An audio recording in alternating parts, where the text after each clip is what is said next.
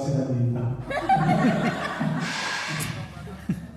Ayun po, gusto ko mag-thank you especially sa kay Mama na dinala kami dito for brand new life or brand new opportunities. And simula nung dumating kami dito ngayon, as a solo parent, nagpalakas namin na we don't say it enough, pero we are very proud and very thankful na you were there for all these years and guiding us and working for us to achieve what we have achieved now. And don't worry, very soon, babalik namin sa inyo. Ako na. Yehey! Totoo yan, true.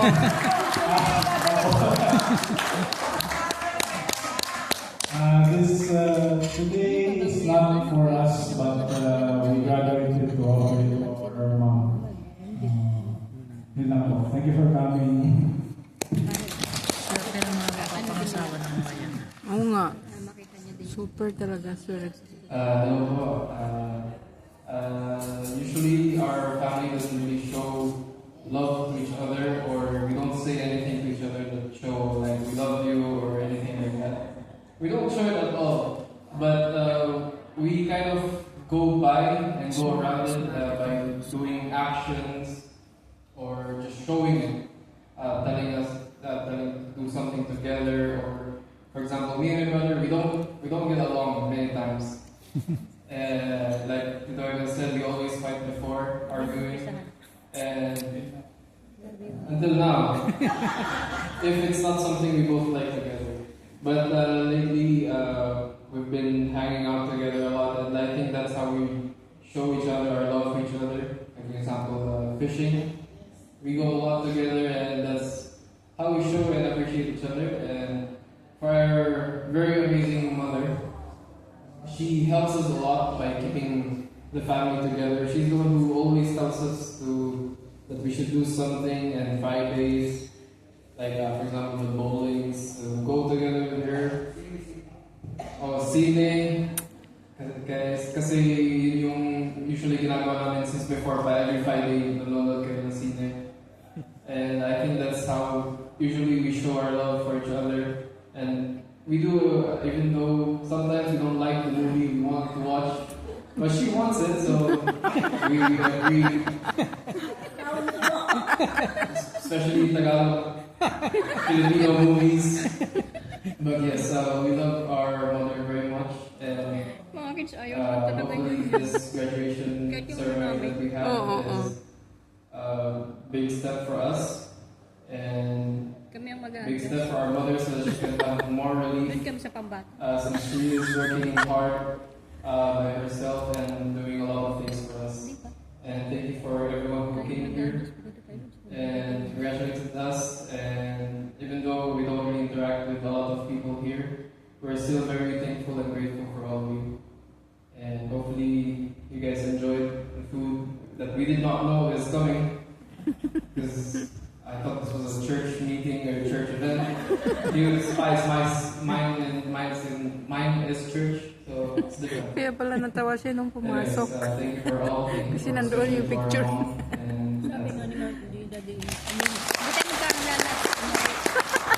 Thank you very much, Justin and Josh. Siyempre, bida ang pies. We will now proceed to our toasting ceremony. May I invite everyone to stand up? Stand up, please. Let us raise our glasses in honor of our graduates, to their courage, their journey, and the bright future ahead. Cheers! Cheers! Okay.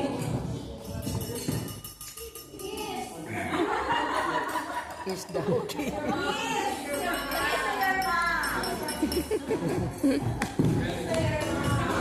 Bailihan na, baili na. Baili na, di ba? Kalimutan. Baili.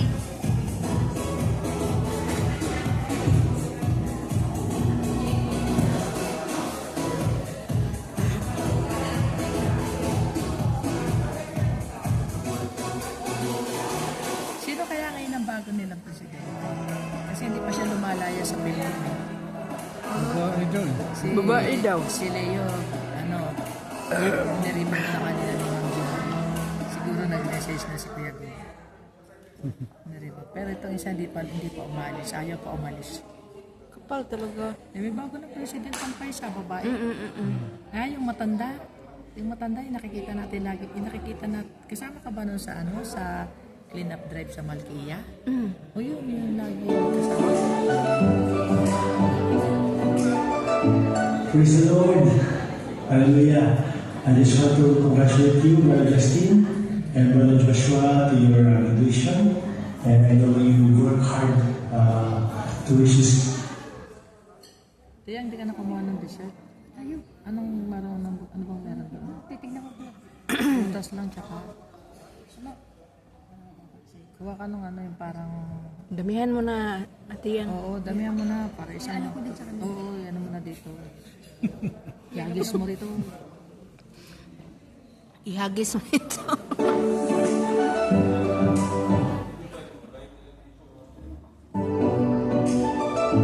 Praise the Lord. Hallelujah. I just want to congratulate you, Brother Justin Tayo. and Brother Joshua, to your graduation. And I know you work hard to reach this goal.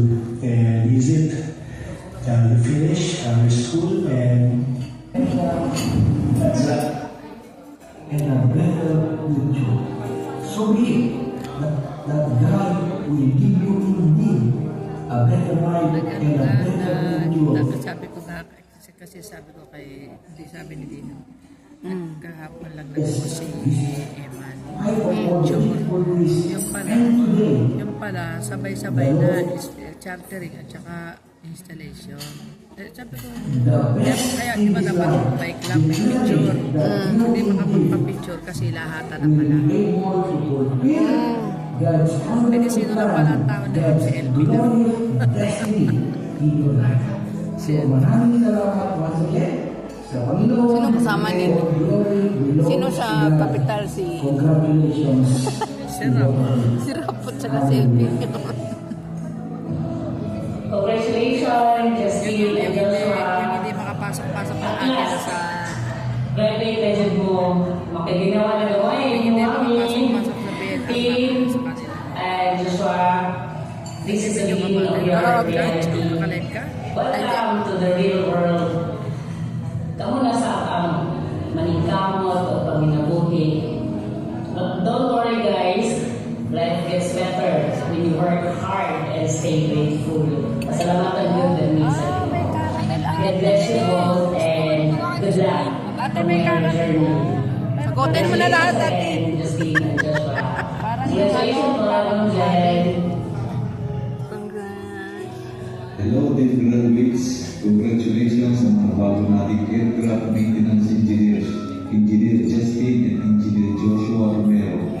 Praise the Lord sa buhay niyo. Kakatuwa na makita na mag-graduates na kayo pareho at sabay pa talaga. Though si Justin din na ako nanayata at nakapos. I just remember more than a decade ago na mabahang plastic pa kayo pero ngayon ay engineers na. Amen. God is good. I really like your course dahil nasa maintenance engineering field din ako. Kaya masasabi ko, okay yan. God will give you indeed a better life and a better future. You just need to thank God in your life. So, Kayo, pero ngayon ay engineers na. Amen. God is good. I really like your course dahil nasa maintenance engineering field din ako.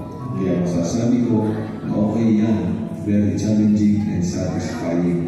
Yun nga lang, mukhang mas malaki ang magiging sweldo nyo compare sa akin dahil medyo luwa ko kayo ng konti sa akin. Kidding aside, I just want both of you to know na ang pag-graduate sa college is just the beginning of studies and actual application ng inyong natutunan sa pag-aaral. Not the technical, but yung good moral and character, time management and discipline, respect to others and how to help people, etc. Especially how to be grateful and thankful to God na siya nagbigay ng lahat ng ito at ng lahat ng blessings sa buhay ninyo. At alam ko, alam niyo yan. advice ko and prayer to both of you tungkol sa inyong tagumpay sa karir at sa buhay ay una, patuloy kayo mag-aral ng technical related sa course ninyo. Sabi nga, the more you learn, the more you earn. Ikalawa, patuloy ninyong alagaan, protektahan at mahalin ang inyong mami, si Engineer Jenny at ang inyong buhay. Ikatlo, higit sa lahat ay patuloy niyo ang tiwala sa mukha at maglingkod sa ating Diyos na buhay. Amen? Okay po, medyo mahaba na. Sayang ang hindi ako natin. Anyway, muli, congratulations. Engineer Justin and Engineer Joshua. Kinuha nung ano, nung si organizer, kinuha siya. Oh, para sa visa doon sa ano, bisita. Hi, Joshua. Congratulations on your graduation. May God continue to bless you and give the desires of your hearts and fulfill all your dreams. We wish you greetings from the Bautista family here in Australia. Wow. Congratulations, Justin and Joshua.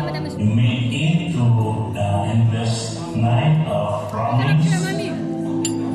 Whether you're chasing a dream or choosing a career or exploring the world, remember that the future is yours to grow. Kamot lang because you have a new tomorrow. Just always stay humble. Love your mother always and give hugs to your mother. Give hugs to your mother and remember that hindi pa ikaw magbubuhay ng yapon. Again, congratulations to both of you and stay cool always. Good luck.